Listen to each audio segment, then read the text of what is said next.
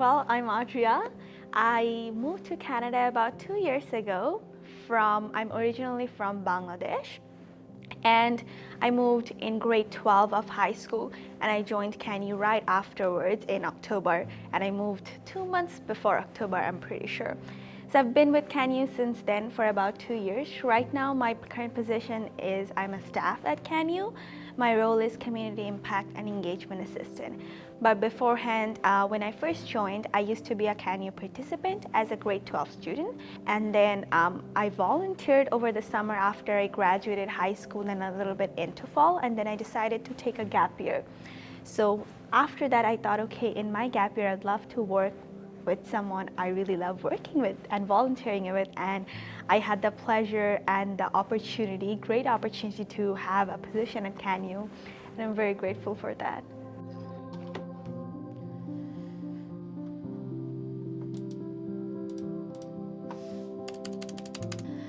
Our programming for winter 2026 starts from next week, so we're just in the programming prep mode right now.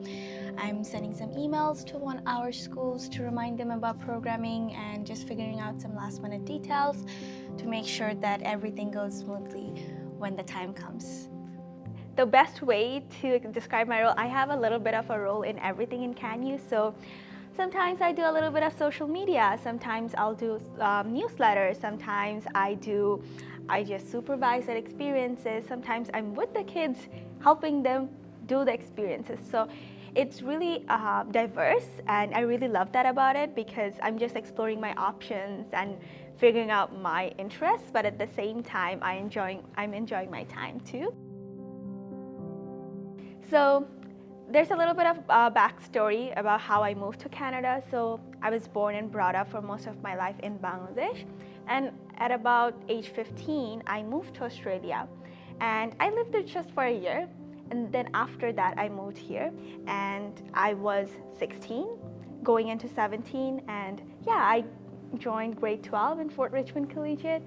And my dad was here prior to me moving. He has been living in Winnipeg for about 3 years. And I've heard great things about University of Manitoba, Winnipeg, and I was just excited to move here and just move in with him as well. So yeah.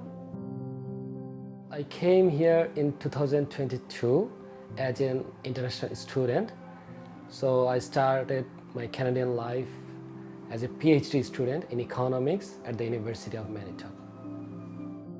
My wife and me, we are friends actually. So we studied at the same school, university.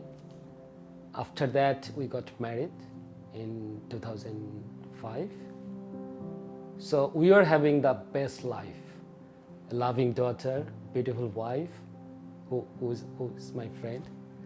But suddenly things changed. Like in 2017, she was diagnosed with cancer, and it was almost the third stage and fourth stage. So we tried everything. Like we took her, like in Bangladesh we had medical treatment that is not bad, but we went India and Thailand. So by 2020 it got worse, and in 2020 May she passed away. But before that we had long conversations, me, my daughter and my wife. Like we are certain that something is going to be wrong. So we made some plan, and coming Canada was one of the plan. So now when we come, it was challenging for us, but even me and my daughter, we are happy that at least my wife's last dream was that please take your daughter somewhere where she could feel safe, and I did that. So we are at least happy that we could keep our promises. Yeah. Growing up, I had the opportunity of seeing my mom help others and just be there for them.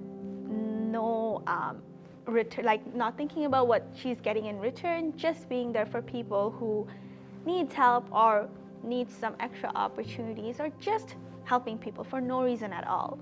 And it got ingrained in me, and I don't think I have reached that level like she was at, but I aspire to be.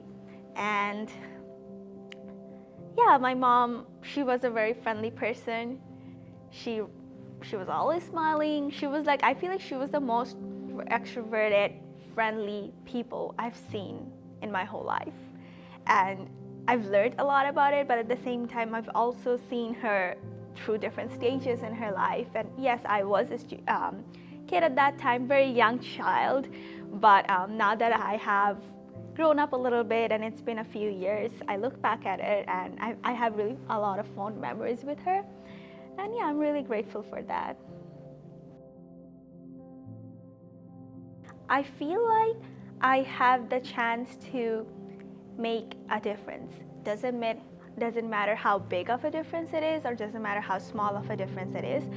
But even if I'm helping one student realize that, okay, I feel more confident after doing this, or I feel more confident in my skills, or I'm more sure about what I want to do in future. Anything that feels like a huge accomplishment to me, and I'd say that's one of my biggest part of being in CanU is. So when she returned every day after the work, she tells me what she did, what she's going to do. And I saw her face when she's like how passionate and how deeply she's getting involved with CanU. I love that. I love that, yeah. What I hope for my daughter's future, so I always pray for that she would be like herself. So I always suggest, be yourself and be happy. So do whatever you love. As long as you have a dream and you enjoy what you are doing, you can achieve your goals. So I like to see her happy. I like to see her happy at the end. Yeah, that is my goal. Yeah. I really appreciated what I had from CanU, and I really appreciated the staff who gave me those opportunities, right? And everyone else in CanU who made it possible. And I just want to make that, even if it's a little difference, I just want to have that impact on our youth's life, if that makes sense.